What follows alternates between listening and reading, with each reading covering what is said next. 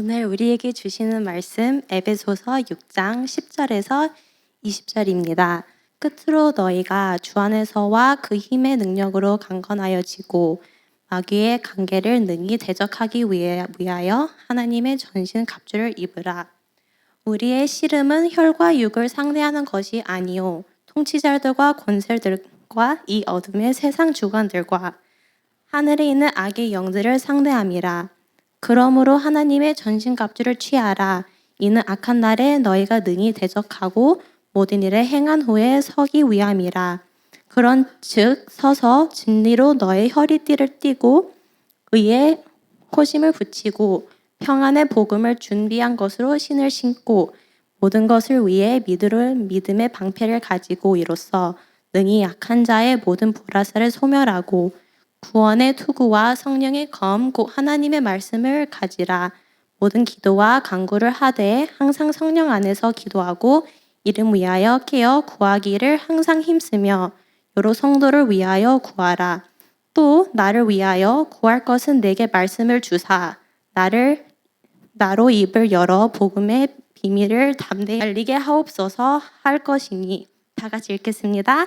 이 일을 위하여 내가 쇠사슬에 매인 사슬이 된 것을 나로 이 일에 당연히 할 말을 담대히 하게 하려 하심이라. 아멘. 네, 할렐루야. 네, 오늘 이제 선교팀 주간 예배로 함께 수요 예배 드리는데요. 그래서 좌우에 계신 분과 이렇게 한번 인사해 보면 좋겠습니다. 오랜만에 한번 이렇게 해보시죠. I have a good news for you. 이렇게 해볼까요? 네, 우리가 함께 또 선교팀인데 살아 돌아왔잖아요. 살아 돌아와서 죽으러 간 건 아니지만, 네, 살아 돌아와서 이렇게 또 함께 예배를 드리는 것이 이게 또 우리에게 기쁨이고 복음인 것 같습니다. 지난 2박 3일간의 지난주에 있었던 체이스 2차 단기 선교를 위해서 우리 담임 목사님 그리고 우리 장로님들, 권사님들, 집사님들, 우리 주님의 제자교회 성도님들께서 물심양면으로 기도해 주시고 함께 해주신 덕분에 잘 마칠 수 있었던 것 같습니다. 너무너무 감사드립니다. 그리고 또 이 모든 여정 가운데 저희의 참된 인도자 되신 분 우리 하나님께 영광의 박수 함께 올려드렸으면 좋겠습니다. 할렐루야. 이번 선교 여정을 준비하면서 제 안에 있었던 질문이 한 가지가 있었습니다. 우리가 왜 단기 선교를 하는가라는 질문이었습니다.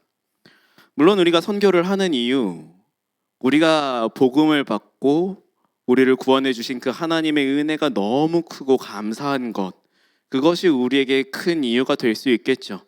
그리고 또 하나님께서 우리에게 땅끝까지 이르러 증인 삼으라는 명령을 주셨기 때문에 우리가 선교하는 것은 당연합니다. 그런데 그럼에도 불구하고 우리가 2박 3일이라는 시간, 그리고 아마 이제 주일부터 다음 주에 출발하는 나나이모 캄보디아 도미니카 팀은 더 긴 시간 선교를 다녀오는데, 그렇게 특별히 우리가 팀을 만들어서 시간을 할애해서 그래서 단기 선교를 가야만 하는 까닭이 있다면 그것이 도대체 무엇인가라는 질문이 제 안에 있었습니다. 그리고 이번 단기 선교를 우리 팀과 함께 진행하면서 하나님의 제안해 주신 말씀의 은혜들이 있어서 그래서 이 시간 그 은혜들을 우리 성도님들과 함께 나누려고 합니다. 여러분, 우리가 전쟁터에 나아갈 때 지금은 전투복을 입지만 과거에는 갑옷을 입었죠. 왜 이렇게 전신을 감싸는 갑옷을 입어야만 할까요? 거추장스러울 것 같기도 하고 불편해 보이기도 하는데 왜 그런 갑옷을 입고 전쟁터에 나아가야 할까요? 전쟁은 게임이 아니기 때문에 그렇습니다. 여러분, 전쟁터는 수많은 위협이 도사리고 있죠. 특별히 죽음에 대한 위협이 늘 도사리고 있습니다. 우리는 그 위협에 맞서서 스스로를 지켜야만 하죠.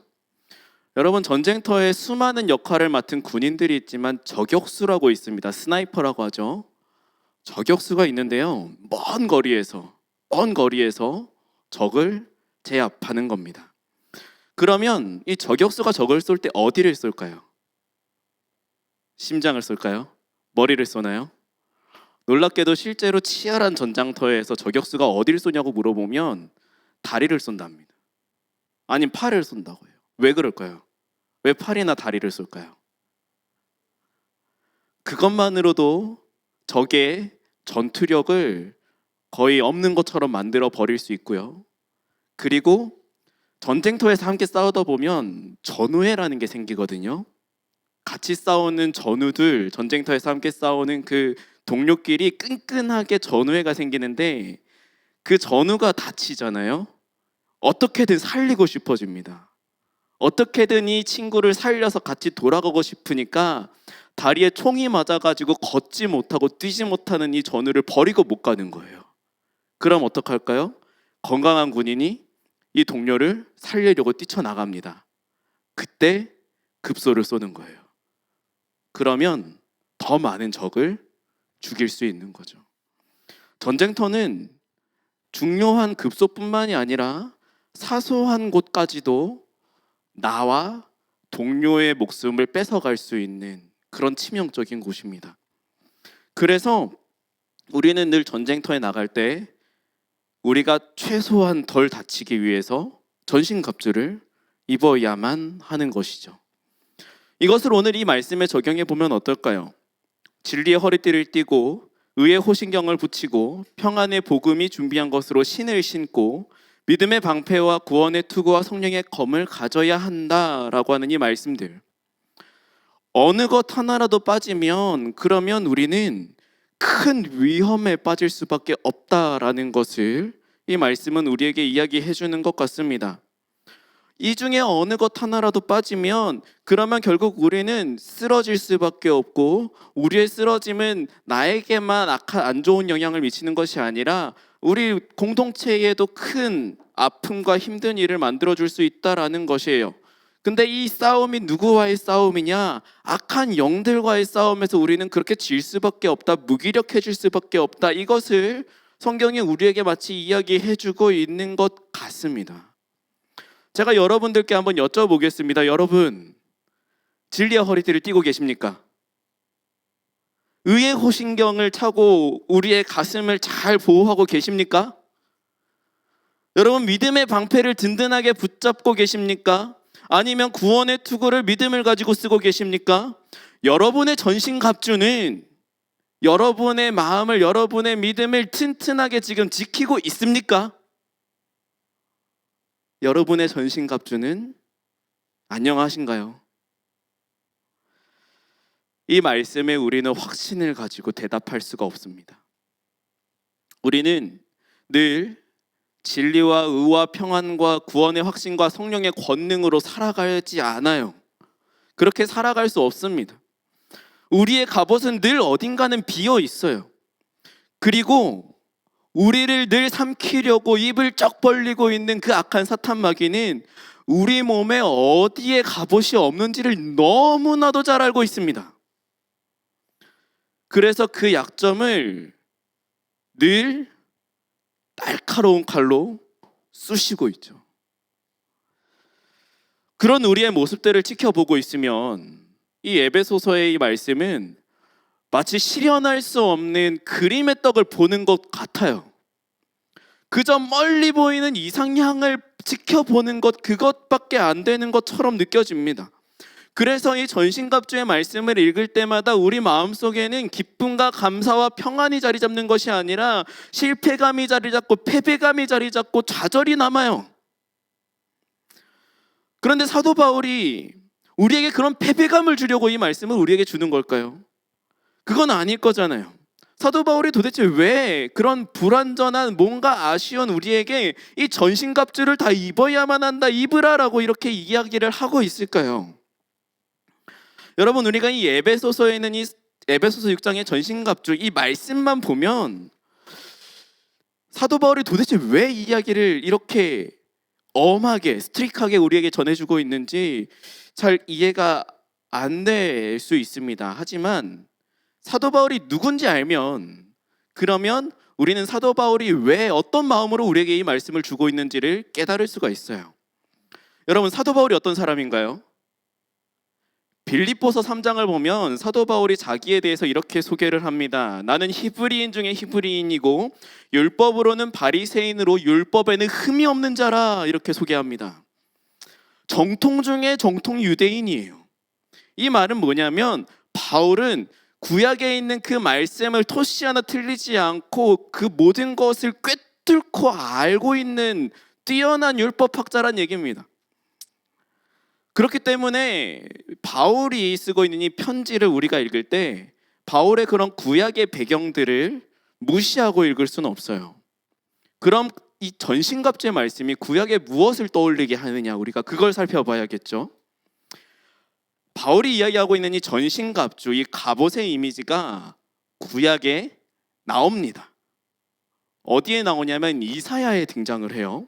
이사야 11장 5절 말씀을 우리 함께 읽어보겠습니다. 시작. 공의로 그의 허리띠를 삼으며 성실로 그의 몸에 띠를 삼으리라. 여러분이 이사야 11장의 말씀 무엇이냐면 장차 오실 메시아께서 어떻게 구원을 이루실 것인가에 대한 예언의 말씀을 담고 있는 것이 바로 이사야 11장 말씀이에요. 또 한 절 읽겠습니다. 이사야 59장 17절 말씀입니다. 함께 읽습니다. 시작. 공의를 갑옷으로 삼으시며 구원을 자기의 머리에 써서 투구로 삼으시며 보복을 속옷으로 삼으시며 열심을 입어 겉옷으로 삼으시고. 여러분이 이사야 59장은 무엇에 대한 말씀이냐면 여호와께서 그의 백성을 어떻게 구원하시는지에 대한 그 장면을 묘사해주고 있는 말씀이 바로 이사야 59장이에요. 그러면 이사야에 나타나는 이 전신갑주의 이미지가 무엇이냐? 하나님께서 메시아를 통해서 악한 죄의 지배 아래에 있는 인간들을 어떻게 구원하시느냐, 그것을 이사야는 선명하게 보여주고 있는데 어떤 모양이요? 바로 이런 전신갑주, 갑옷의 모양으로 하나님의 구원하신 메시아의 그 심판의 성취, 이런 것들을 보여주고 있다라는 거예요. 그래서 이 구약의 배경을 잘 알고 있는 유대인들은 전신갑주 이런 이미지를 딱 듣게 되면 무엇을 생각하느냐? 하나님을 생각하는 겁니다. 구원하시는 하나님, 마지막 때에 오셔서 심판하시고 의인을 부르시는 메시아의 그 놀라운 사역, 이런 것들을 당연하게 떠올린다라는 거예요. 그래서 전신갑주의 이미지는 단지 성경 안에만 나오는 것이 아니라 유대인들이 기록했던 그 역사 문헌 안에도 등장합니다. 지혜서라는 유대인들의 책이 있어요. 기원전 1세기 정도에 쓰여진 책입니다. 그러니까 예수님이 태어나시기 100년 안팎으로 예수님 태어나기 전 100년 안팎에 쓰여진 책이에요. 에베소서의 시대랑 그렇게 큰 차이가 나지 않는 책인 거죠. 지혜서에도 비슷한 이미지가 등장합니다. 그래서 제가 한번 읽어드릴게요. 주님은 당신의 열렬한 사랑을 갑옷으로 삼으시고 정의를 가슴바지로 삼으시고, 호심경 삼으신다는 거예요. 심판을 투구로 쓰실 것이다. 거룩하심을 무적의 방패로 잡으시고 준엄한 분노를 날카로운 칼처럼 가실 것이다. 그러면 온 세상은 주님과 함께 싸우러 나갈 것이다. 유대인들의 머릿속에 전신갑주의 이미지는 이런 이미지입니다. 구원하시는 하나님, 우리를 구원하시는 하나님이 어떤 하나님이시냐? 단순히 우리를 죄악에서 건져내시는 것이 아니라 죄악을 쳐부수시고 그리고 악한 사탄 마귀를 쳐부숴서 승리하시는 하나님, 그것이 바로 전신갑주 안에 담겨져 있는 이미지라는 거예요. 어떻게 에베소서에 우리가 함께 읽었던 전신갑주의 이미지와 비슷하게 느껴지십니까? 그러신가요? 바울이 지금 이 이미지를 에베소 교회 성도들에게 보여주고 있는 거예요. 왜 그럴까요? 바울에게 있어서 이 전신갑주는 인간의 노력으로 이룰 수 있는 것이 아닙니다. 내가 내 의지를 갖고 입으려고 노력해도 100% 완전하게 입을 수 있는 갑옷이 아니라는 거예요. 우리가 어떻게 하나님의 구원하심을 인간의 노력으로 이룰 수가 있겠습니까? 메시아께서 이루시는 그 악한 악에 대한 심판을 인간의 노력으로 어떻게 만들어낼 수 있겠습니까? 불가능한 일인 거예요. 하나님의 구원하신 메시아의 그 놀라운 구원의 사역은 인간의 노력으로는 할 수 없는 것이라는 거예요. 하지만 이것이 누구에게 가능할까요? 하나님께는 가능한 겁니다. 하나님은 이걸 다 하실 수 있는 거예요. 하나님은 인간에게 구원을 베푸시는 하나님이십니다. 아멘. 그래서 2000년 전에 메시아를 이 땅 가운데 보내셔서 예수 그리스도의 십자가 보혈로 우리의 모든 죄를 씻으셨습니다. 그리고 부활하셨어요. 죽음의 권세를 이기셨습니다. 그래서 메시아께서는 이미 2000년 전에 승리하신 분이에요. 아멘. 그러면 우리에게 전신갑주는 무엇일까요? 우리가 하늘의 악한 영과 싸워 넘어지지 않고 그래서 서 있기 위해서 입고 취해야 할 그 전신갑주는 무엇이냐라는 거예요. 그것은 바로 우리에게 이미 구원을 베푸셨고 그리고 또 지금도 우리를 위해 싸우고 계신 분, 바로 하나님이 우리의 전신갑주가 되어 주신다라는 것을 지금 사도 바울은 에베소서를 통해 이야기를 해주고 있는 겁니다. 여러분, 우리가 각각의 무장들을 빠짐없이 다 붙잡고 가기에는 우리 너무 연약한 존재들이에요. 부족한 존재들입니다. 우리에게는 진리도 의도 평안도 믿음도 다 불완전해요. 임퍼펙트한 거예요. 이 모든 것들을 다 붙잡고 우리가 이 악한 세상을 싸워서 이겨보려고 우리 스스로를 무장시키면서 나의 마음을 다 잡는데 우리는 이내 실패하는 나의 모습을 바라볼 수밖에 없어요. 우리는 실패합니다. 좌절해요. 신학의 나락을 맛봐요. 그리고는 무기력해집니다. 역시 나는 안 되는구나. 나는 전신갑주를 입을 수 없는 사람이구나. 여러분, 그게 아닙니다. 사도 바울은 우리를 그런 좌절감에 빠뜨리려고 전신갑주를 이야기하는 것이 절대로 아니에요. 오히려 사도 바울은 에베소 교회의 성도들에게 이 말씀을 통해 위로하고 있습니다. 격려하고 있는 거예요. 이 갑옷이 내 힘으로는 내 노력으로는 이 전신갑주를 입을 수 없지만 구원을 베푸시는 하나님께서 우리의 전신갑주가 되어 주신다. 이미 전신갑주이신 그 메시아께서 이미 영원한 승리를 거두셨다. 이미 그 악이 그리스도의 권세 앞에 완전히 무릎 꿇었다. 이 강력한 승리의 메시지가 바로 에베소서 6장이 이야기하고 있는 전신갑주인 겁니다. 그런데 여기에 더 크고 놀라운 비밀이 한 가지가 있습니다. 에베소서 전체를 관통하는 교회에 대한 이미지가 있어요. 메타포가 있습니다. 에베소서 4장 16절을 우리가 함께 한 목소리로 읽어보겠습니다. 시작. 각마디를 통하여 도움을 받음으로 연결되고 결합되어 각 지체의 분량대로 역사하여 그 몸을 자라게 하며 사랑 안에서 스스로 세우느니라. 아멘. 에베소서에서 교회에 대해 묘사하는 그 메타포, 강력한 메타포가 한 가지가 있는데 그것이 바로 온 몸입니다. 교회는 모든 지체들이 각 마디를 통해서 연결되고 결합되어 함께 자라나는 것, 함께 자라나는 한 몸이 바로 교회라는 거예요. 바울이 이야기하는 이 한 몸인 교회, 이것을 우리가 기억한다면 전신갑주는 단지 나 혼자만을 지키는 갑옷이 아니라는 것을 우리는 깨닫게 됩니다. 지금 바울은 한 사람에게 전신갑주를 입으라고 이야기하는 것이 아니에요. 한 몸으로 연합되어 있는 교회, 바로 이 교회가 전신갑주를 입어야 한다라고 이야기하고 있습니다. 그런데 그 전신갑주가 바로 무엇이라고요? 구원을 베푸시는 하나님이 우리의 전신갑주가 되어 주신다라는 겁니다. 그래서 하나님께서 우리를 위해서 마귀의 간계를 대적하게 하시는 힘이 되어 주신다라는 것이 바로 이 에베소서 6장이 이야기해 주고 있는 거예요. 그래서 우리는 18절의 말씀이 왜 뜬금없이 여기에 등장하게 되는지를 알 수 있습니다. 우리 18절 말씀 같이 함께 읽어보겠습니다. 시작.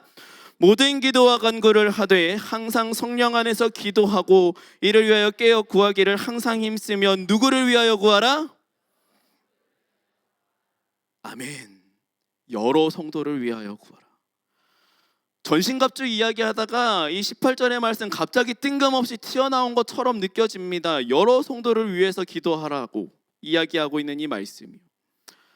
근데 이 에베소서 안에 있는 한 몸인 교회를 이해하게 되면 전혀 뜬금없는 말씀이 아니라는 것을 알게 돼요. 전신갑주는 나 혼자 입는 것이 아닙니다. 전신갑주는 단지 나 스스로를 지키는 기도, 나 혼자 하루의 삶의 전투를 승리로 이끄는 그런 기도가 아니라 그리스도 안에 함께하고 있는 우리가 구원하신 하나님을 함께 바라볼 수 있도록 서로를 위해 기도하며 권면하는 것입니다. 이것이 우리가 전신갑주로 무장하는 것에 대한 핵심입니다. 우리가 함께 기도하며 서로를 위해 연합되는 것, 연결되는 것, 그래서 우리가 함께 구원하시는 하나님의 능력을 함께 바라보는 것, 이것이 한 몸인 교회가 온몸을 어떻게 보호하는지, 어떻게 전신갑주를 입을 수 있는지를 이야기해주는 가장 중요한 핵심 열쇠라는 것을 우리는 기억해야만 합니다. 사랑하는 여러분, 전신갑주, 이 전신갑주를 우리의 힘으로 입고 버텨보겠다고 지금까지 살아내느라 많이 지치지 않으셨습니까? 매일 나의 깨어진 방패를 바라보면서, 깨어진 나의 투구를 바라보면서, 깨어진 나의 호신경과 느슨해진 나의 허리띠와 그리고 다 닳아 헤어진 나의 신을 바라보면서 도대체 나의 갑주는 왜 이렇게 보잘것이 없는 것인가 한탄하며 무기력해지지는 않으셨습니까? 사랑하는 여러분, 이미 구원을 베푸신 하나님께서 친히 예수 그리스도로 우리에게 전신 갑주를 입히셨습니다. 아멘. 이미 우리에게 예수 그리스도로 옷 입히신 우리 주님께서 친히 깨어지지 않는 전신 갑주가 되어 주십니다. 아멘.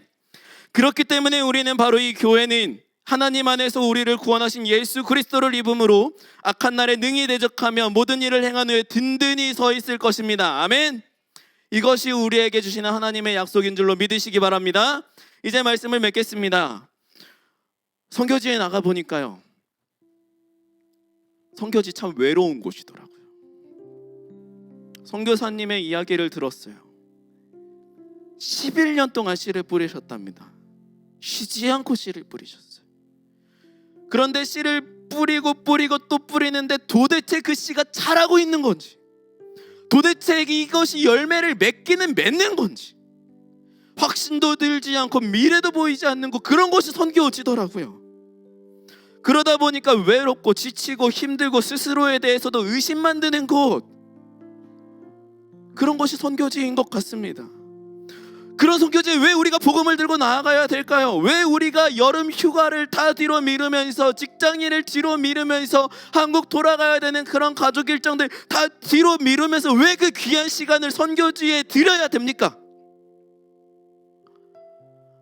그곳에 우리의 지체가 있기 때문입니다. 그곳에 우리 교회가 있기 때문에 그렇습니다. 그곳에 있는 선교사님들이 우리와 전혀 다른, 우리와 뚝 떨어져 있는 몸이 아니라 비록 멀리 떨어져 있지만 그리스도 안에 함께 연결되고 함께 자라나야 하는 한 몸이기 때문에 그렇습니다. 그래서 우리는 선교지를 향해 나아갑니다.